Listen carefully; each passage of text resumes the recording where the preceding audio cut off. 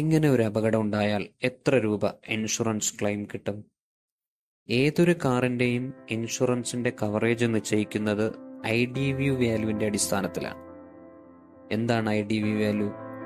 Insurance declared value. ഒരു പുതിയ കാറിനാണെങ്കിൽ വെഹിക്കിളിന്റെ ex showroom പ്രൈസിന്റെ 95% ആയിരിക്കും IDV വാല്യൂ. ഫോർ എക്സാമ്പിൾ, ഒരു കാറിന്റെ എക്സ് ഷോറൂം പ്രൈസ് 15 ലക്ഷം രൂപയാണെന്നിരിക്കട്ടെ. 2 ലക്ഷം രജിസ്ട്രേഷനും റോഡ് ടാക്സും കൂടെ ആവും. ഒരു 50,000 രൂപ ഇൻഷുറൻസുമായി എന്നിരിക്കട്ടെ. അപ്പോൾ ടോട്ടൽ ഒരു 17.5 ലക്ഷം രൂപയായി.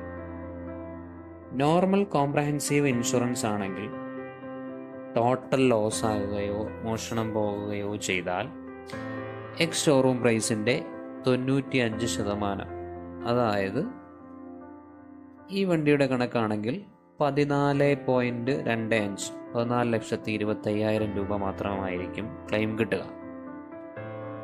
ആ സമയത്ത് ഇതിൻ്റെ owner RTI return to invoice എന്ന ഒരു ആഡ് ഓൺ എടുത്തിരുന്നെങ്കിൽ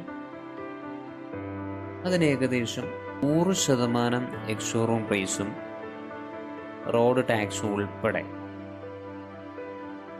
17.5 ലക്ഷം രൂപയിൽ 17 പോയിന്റ് സംതിങ് രൂപ തിരിച്ചു കിട്ടും.